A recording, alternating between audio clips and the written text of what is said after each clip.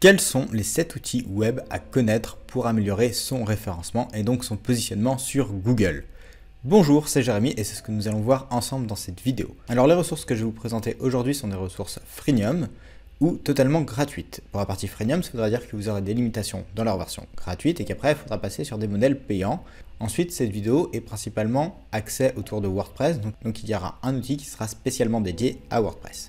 Alors pour commencer, un des plus connus et gratuits sans limitation, ce sera Google Trends. Google Trends vous permet de voir ce que les internautes recherchent, et ce grâce à un indicateur de recherche. En effet, ça ne va pas être un score SEO, donc le nombre de fois où un mot-clé est recherché par des internautes, mais vraiment un indice de recherche. Exemple, si je mets le mot football, on peut voir qu'en Belgique, durant les 12 derniers mois, le mot football a plus connu un pic de recherche autour du mois de juin. Donc faire ce type de recherche nous permet déjà d'avoir des informations sur la pertinence d'un mot-clé et surtout si c'est un mot-clé qui dépend d'une saisonnalité. Donc la saisonnalité, c'est en rapport avec le temps tout simplement, mais pas forcément le temps météorologique, le temps dans sa durée. Exemple, si je mets le mot costume, là, on peut voir déjà deux choses. Le mot football est de façon générale plus recherché que le mot costume, mais lui, le mot costume connaît plus un pic autour d'octobre, donc à la période d'Halloween. En effet, le reste de l'année, le mot costume est moins recherché. Après, ce sont des mots-clés qui sont très vastes. Derrière des mots-clés comme costume, peut se cacher plusieurs choses. En l'occurrence, pour Halloween, ça va être plus des déguisements. Or, le reste de l'année, ça va peut-être être des costumes pour des mariages ou divers événements. Donc déjà, cet outil vous permet de comparer plusieurs mots-clés. Vous pouvez comparer jusqu'à 5 mots-clés. Vous pouvez les filtrer par pays, mais aussi par région. Et cela vous permet déjà de vous donner un ordre d'idée sur la pertinence de tel ou tel mot-clé et s'il est plus intéressant dans certaines régions ou non. Donc là, on est sur la Belgique. Après, vous pouvez très bien changer pour mettre sur la France. Exemple.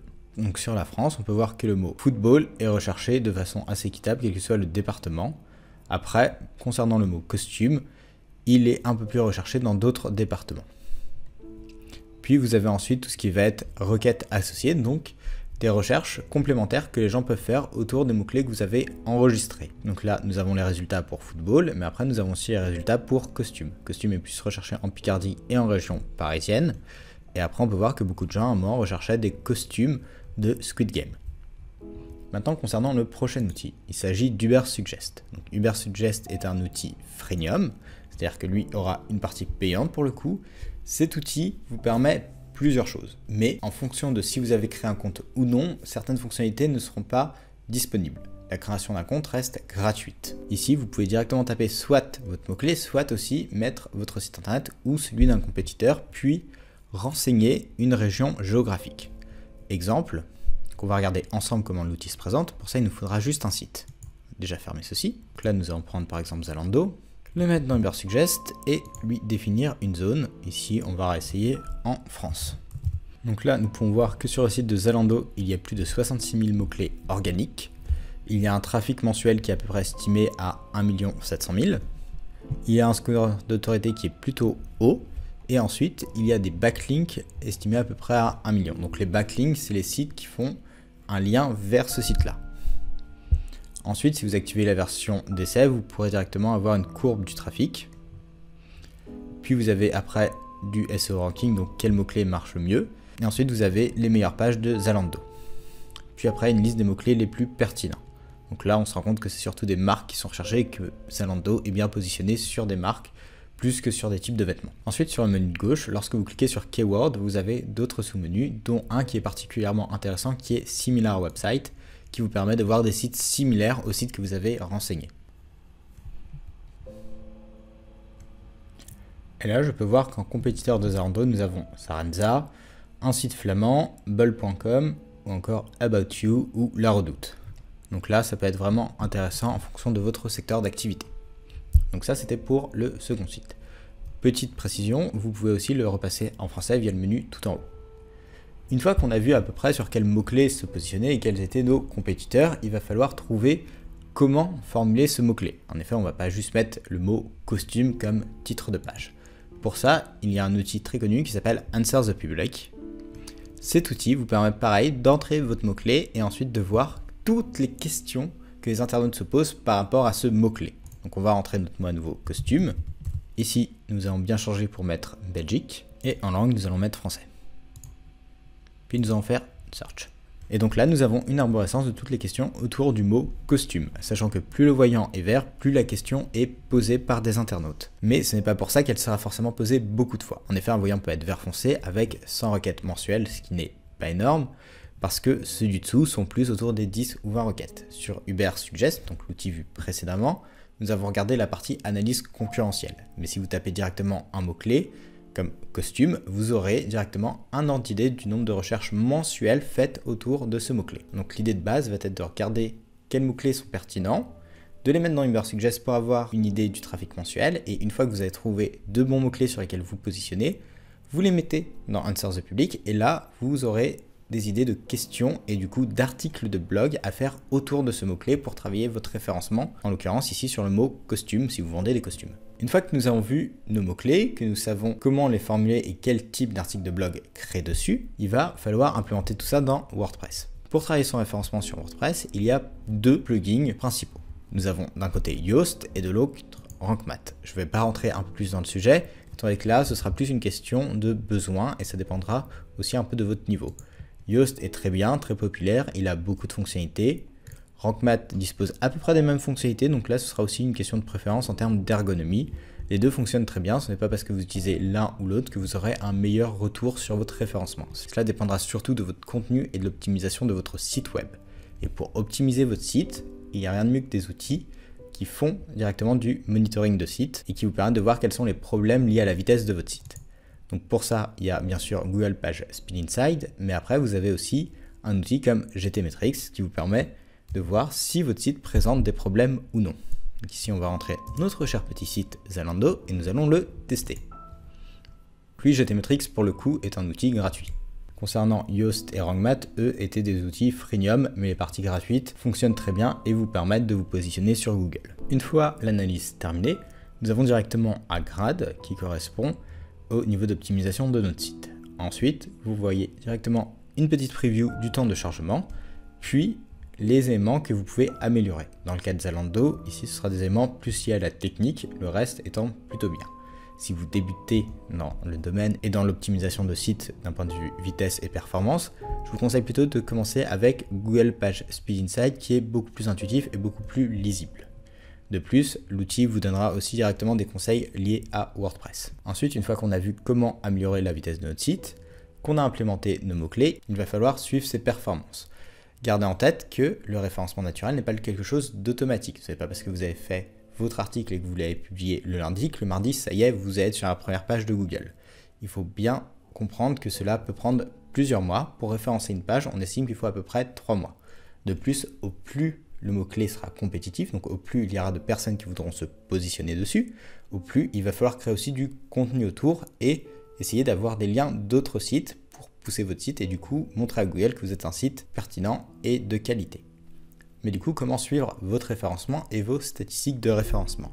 Donc pour ça, il y a un outil connu qui est Google Analytics, mais il y a un outil un peu plus pratique et qu'on oublie souvent. Il s'agit de Google Search Console. Donc la Search Console est un outil gratuit mis à disposition par Google. Pour l'implémenter facilement sur WordPress, il faudra utiliser le plugin Google Kit. Je vous montrerai en fin de vidéo. Une fois qu'on a installé la Google Search sur son site WordPress ou sur votre site, vous pouvez très bien le mettre sur un site comme Wix, Squarespace, Webflow ou enfin n'importe quel site. Là, vous aurez directement plusieurs choses. On peut voir dans le menu de gauche que j'ai pas mal d'indications, dont mon sitemap, donc le plan de site. Après, j'ai aussi tout ce qui va concerner l'expérience utilisateur, donc que ce soit au niveau ergonomique ou les signaux web essentiels s'il y a des problèmes sur mon site. Mais surtout, un des onglets les plus importants est l'onglet Performance. Par défaut, lorsque vous arrivez sur la Search Console, vous serez en type de recherche par défaut sur du web et concernant les 3 derniers mois et vous aurez les données pour le monde entier. Ici, moi, j'ai directement filtré pour la Belgique vu que c'est le pays qui m'intéressait dans ce cas-ci. Et donc là, on peut voir que j'ai un nombre total de clics de 376 pour un nombre total d'impressions de 7500 et un clic moyen à 5%, ce qui est plutôt correct, ainsi qu'une position moyenne à 9,2. Les données Search Console, bien sûr, vous ne pouvez les avoir que pour les sites dont vous êtes propriétaire et où vous avez installé la Search Console. Les données ne seront pas non plus rétroactives, c'est-à-dire que vous aurez les données qu'à partir du moment où vous avez implémenté la Search Console sur votre site. Ensuite, lorsque l'on descend, on peut voir les requêtes qui font venir des gens sur mon site internet. Vous pouvez classer par nombre de clics, nombre d'impressions, le taux de clic moyen, mais aussi la position moyenne. Donc au plus le nombre est bas, au plus vous êtes bien référencé. Si je prends par exemple Kiné-Uccle, on peut voir que là ma position moyenne est à 11,6, ce qui veut dire que j'oscille entre la 10e et la 12e place, ce qui veut dire entre la première et la deuxième page de Google. Autant dire, la page n'est pas hyper bien référencée. Pareil pour Ostéo-Uccle, mais ça c'est des choses qu'il faudra retravailler. On peut aussi voir que j'ai un petit problème au niveau du taux de clic, donc peut-être qu'il faudra que j'optimise mon titre de page et ma méta de description. Et pour faire cela, il faudra utiliser des outils comme Yoast ou Rank Math. Autre chose, là on a vu les requêtes, mais vous avez aussi l'onglet page qui est très intéressant, et là qui vous permet de voir quelles pages sont positionnées sur Google et donc quelle page vous apporte le plus de trafic. En effet, si on regarde, ma page la plus populaire est ma page d'accueil, qui a une position pourtant moyenne à 11,4, mais qui a 110 clics. Après, du coup, il va falloir mettre les données de requête en corrélation avec les données de page pour voir ce qu'il faut améliorer. Après, on peut aussi discerner certaines opportunités. Exemple, on voit que lui arrive à avoir à peu près 7 clics et à une position à 5 et un taux de clic quand même à 20%. Donc au plus lui se fera connaître, au plus ça ramènera des gens sur le site internet. Donc maintenant qu'on a vu tout ça, il va falloir un peu faire un follow-up de tout ça et mettre en forme un peu toutes ces données. Donc pour ça, il y a plusieurs outils, mais globalement, lorsqu'on se lance dans du SEO, que ce soit pour nous ou pour des clients, une des étapes incontournables va être Excel. Tada! Donc ici, c'est un des deux Excel que j'utilise pour le référencement, qui est divisé en deux parties. Il y a une partie trouver mes mots-clés, où là, il y aura directement mon mot-clé, donc costume, puis son volume de recherche, un indice de difficulté pour savoir si c'est un mot-clé où il va être difficile de se positionner. Le CPC, donc le coût par clic, si je veux faire de la publicité autour de ce mot-clé, c'est toujours intéressant de l'avoir. Le titre de l'article ou de la page liée à ce mot-clé. Et ensuite, j'ai une partie faire le point sur ma concurrence. Donc pour ce mot-clé-là, qui sont mes trois compétiteurs principaux, vers quelle URL cela redirige, quel sera le nombre de mots à peu près sur leur page et leur score SEO. Puis j'ai un deuxième Excel qui est un petit peu plus poussé, où là, je peux directement analyser un site, et en analysant ce site, je peux voir directement d'où provient son trafic. Est-ce que c'est du trafic direct, donc est-ce que les gens rentrent directement le nom du site dans la barre de recherche? Est-ce que ça provient d'email, de référal, donc tout ce qui va être backlink, réseaux sociaux, organique, paye, ou display, donc tout ce qui va être bannière publicitaire sur des sites internet. Après, j'ai à nouveau une colonne reprenant les meilleurs mots-clés du site en question, avec leur position, quel est le pourcentage de trafic qu'ils représentent, et à peu près le nombre de trafic mensuel qu'ils envoient. Et ensuite, j'ai toute une partie SEO Checker qui là me permet de comparer la page d'accueil avec leur principale landing page, puis de faire une moyenne. Le tout étant repris sous différents schémas. Après ça, ce n'est pas un outil que vous êtes obligé d'avoir, c'est juste dans mon cas plus pratique pour faire de l'analyse concurrentielle. Vous, dans votre cas, si vous faites un plan SEO pour votre site internet, ce sera toujours bien d'avoir ce type de Excel là, beaucoup plus simple, mais qui répercutera tous vos mots-clés. Ne serait-ce que par exemple pour la chaîne YouTube, j'ai un tableau Excel avec des mots-clés par rapport à la chaîne YouTube, qui me permettent du coup de savoir quelle vidéo je peux faire et quelle vidéo il est plutôt prioritaire de faire d'un point de vue visibilité et lesquelles il sera mieux de faire par la suite lorsqu'il y aura une communauté plus présente et donc un bassin d'audience plus fort. Donc maintenant, comme je vous ai parlé de Google Search Console, je vais juste passer sur WordPress pour montrer comment se présente l'outil Google Kit et qu'est-ce qui vous permet de faire rapidement en termes de référencement. Donc pour ça, on va se rendre sur un site WordPress. Et là, sur mon dashboard, on peut voir que j'ai SiteKit. Donc en cliquant dessus, j'aurai directement accès à un dashboard. Je pourrai voir les principales métriques de mon site internet. Donc par défaut, ce sera sur les 28 derniers jours. Donc là, je verrai mon nombre d'utilisateurs total, l'acquisition en fonction des sources de trafic. Donc on peut voir que c'est principalement de l'organique. Ensuite, le nombre d'impressions, le total de clics, etc., etc. Là, concernant les outils, on peut voir directement les mots-clés qu'on avait déjà vu précédemment dans la Google Search Console. Et ensuite, après, dans la partie paramètres, vous pourrez ajouter différents outils de Google. Par défaut, lorsque vous mettrez SiteKit by Google sur votre site WordPress, il vous proposera d'avoir directement la Search Console et PageSpeed. Après, vous pouvez toujours rajouter AdSense si vous voulez monétiser votre site, Analytics pour aller plus loin dans tout ce qui va être analyse de votre site, le temps passé sur les pages, d'où proviennent les utilisateurs. Et enfin, vous avez aussi Tag Manager qui vous permet d'ajouter pas mal de codes dessus avec des outils complémentaires. Puis vous avez aussi Connect More Service qui vous permet d'ajouter Google Optimize qui est un outil gratuit d'A/B testing. Donc qui vous permet par exemple de tester deux mises en page différentes et de voir laquelle fonctionne le mieux. Voilà, donc c'était tout pour cette vidéo sur les référencements de WordPress. Gardez en tête que ce qui compte, ce ne seront pas forcément les outils, mais surtout ce que vous allez en faire et surtout le contenu que vous allez créer. Ce qui qui est primordial, c'est la régularité et tout le cocon sémantique que vous allez mettre autour. Surtout si vous êtes sur des mots-clés à forte compétition. Au plus vous aurez d'articles qui traitent de ce sujet, au plus Google va vous catégoriser comme expert dans ce domaine-là et donc vous aurez des chances de remonter dans les résultats de recherche.